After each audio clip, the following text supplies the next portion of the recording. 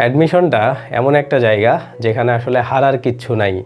মানে তুমি এখানে যাই করো না কেন, চান্স পাও কিংবা না পাও, তুমি অবশ্যই এইখানে উইন হবাই। মানে এটা হচ্ছে উইন উইন গেম। তুমি যাই করো এখানে তুমি জিতে যাবাই।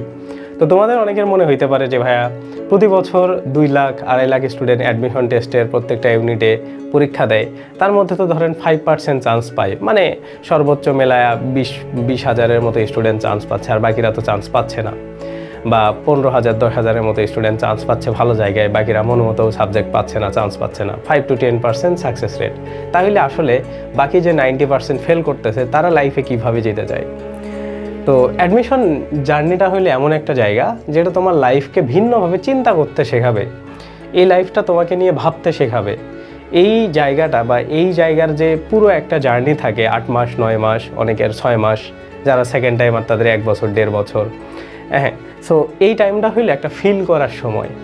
তোমরা যারা এই সময়টাকে ফিল করতে পারবা, তারা এই সময়টাকে মনে প্রাণে নিজের মধ্যে ধারণ করতে পারবা, তারা এই সময়টাকে বা এই জিনিসটাকে তোমরা উইন করতে পারবা। ওই যে একটা কথা আছে না, যে if you can feel it then you can win ইট।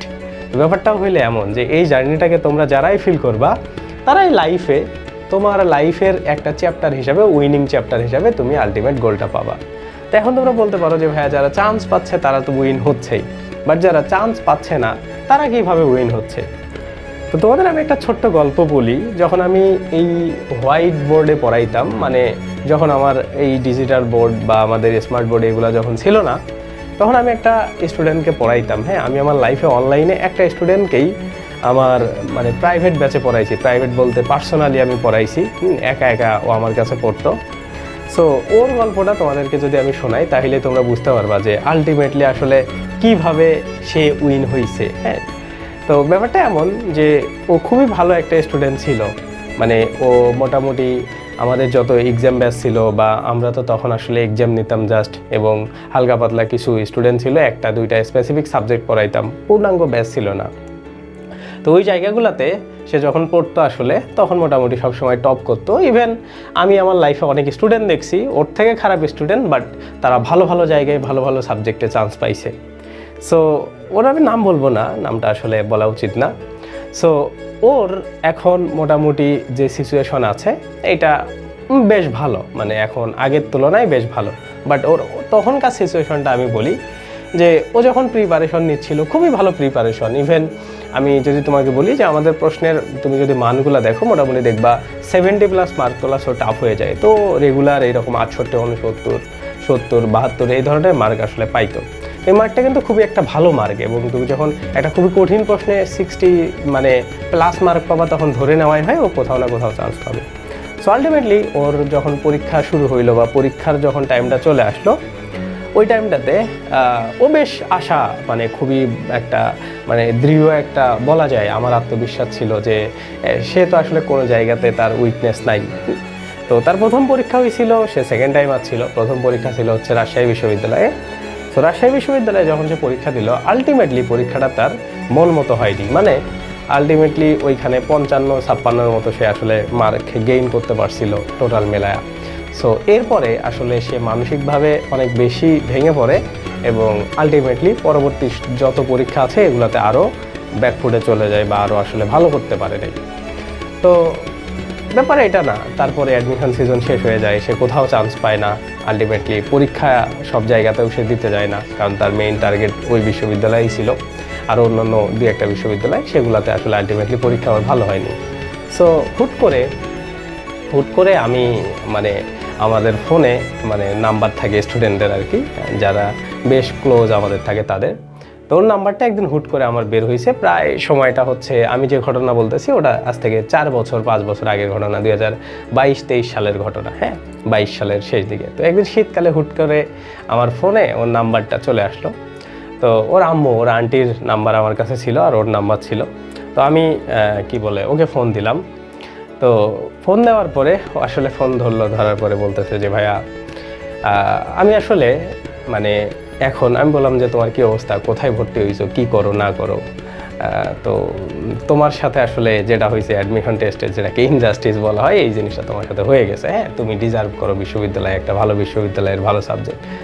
তো তারপরে ও আমাকে বললো যে ভাই, আলটিমেট জিনিসটা কি একটু আমাকে বলবেন, যে আমি চান্স পাওয়া কিংবা না পাওয়ার সাথে আলটিমেট জিনিসটা কি, মানে মেইন জিনিসটা কি, সেটা হলো কি হ্যাপিনেস, তাই না? আমি বললাম হ্যাঁ হ্যাপিনেস। তো বলছে ভাইয়া আমি এখন যে জায়গাতে আছি আমার মনে হয় যে আমি প্রথমের দিকে যত ডিপ্রেস ছিলাম বা যত খারাপ সিচুয়েশনে ছিলাম, এই জায়গা থেকে আমি এখন বেশ হ্যাপি। হ্যাঁ, প্রায় 1-1.5 বছর পরের ঘটনা এটা। আমি বললাম কেন, কীভাবে? বুঝতে ভাইয়া অ্যাডমিশন টেস্টে আমাকে 2টা জিনিস শেখাইছে। একটা হইলো যে খুবই মানে নর্মাল যেটা সবার সাথে হয়, যে আমি চান্স পাইলাম না, খুবই হতাশ হয়ে গেলাম। হ্যাঁ, তো এই জায়গা থেকে বের হওয়ার যে একটা বিষয়, এটা আমি আর্লি স্টেজে শিখে গেছি। এবং আমি মেইন যে জিনিসটা শিখছি সেটা হইলো আমি এইখান থেকে আসলে জিতে গেছি। ও আমাকে বললো যে ভাইয়া আমি টানা 8 থেকে 7 মাসের মতো টানা, আমি এমন কোনো দিন নাই যে 8 থেকে 9 ঘন্টা 7 ঘন্টা এমন কন্টিনিউয়াসলি পড়াশোনা করি নাই।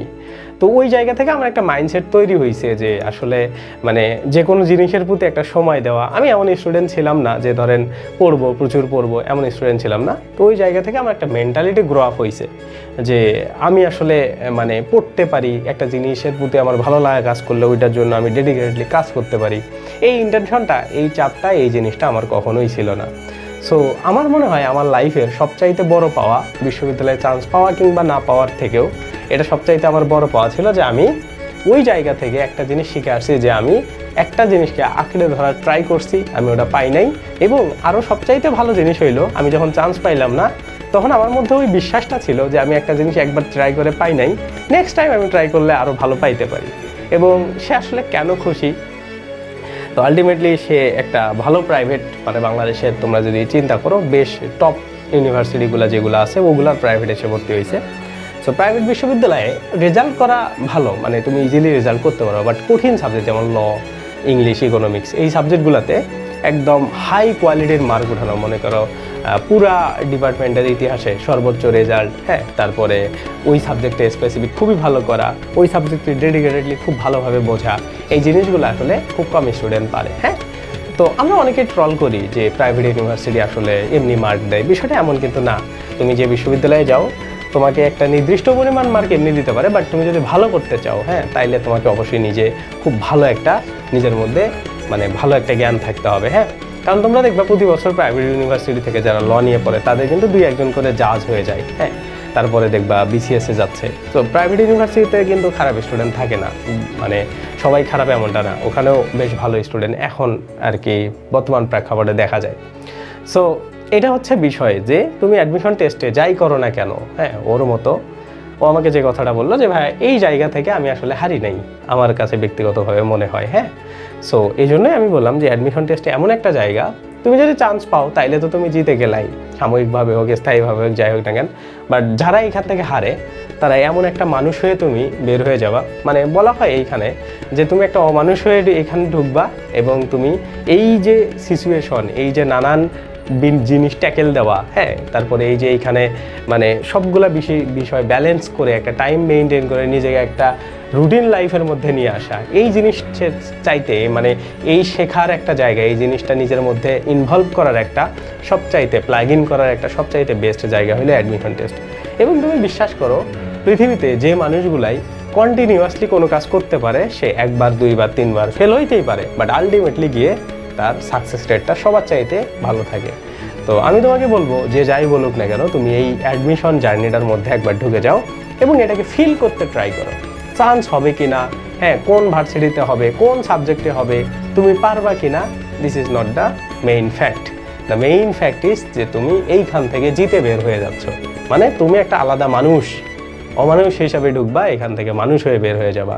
ব্যাপারটাকে নেগেটিভ অর্থে নিও না, বাট আলটিমেটলি বিষয়টা এমন ঘটবে যে তুমি এইখানে একটা রুটিন লাইফ, তুমি একটা আলাদা মানুষ, নিজের মধ্যে একটা আলাদা চেঞ্জ পেয়ে যাবা। হ্যাঁ, সো আমি তোমাকে বলবো অ্যাডমিশন টেস্টের শুরুতেই তুমি জাস্ট এইখানে ইনভলভ করো নিজেকে এবং এই জায়গাটা ফিল করো, তাইলেই তুমি উইন হইতে পারবা। চান্স শুধুমাত্র উইন জিনিস না, এই জিনিসটা মাথার মধ্যে তুমি নিয়ে অ্যাডমিশন টেস্টের মধ্যে আসো। মানুষের লাইফের নানান বিষয় আছে, নানান জায়গার চেঞ্জ আছে, নানান জায়গা থেকে সে উইন হইতে পারে। তো অ্যাডমিশন টেস্ট তোমাকে অনেকগুলো উইনিং রাস্তা দেখাবে, সেগুলোর মধ্যে তোমার জন্য যেটা ভালো তুমি সেটা পেয়ে যাবা। ঠিক আছে, ওই যে উপরে একজন আছে তাকে তো তুমি বিলিভ করো, তাই না?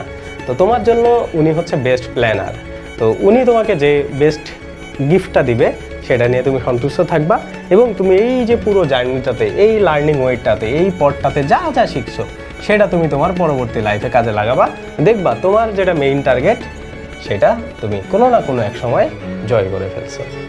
So best of luck admission টেস্টে, তোমাদের জন্য শুভকামনা।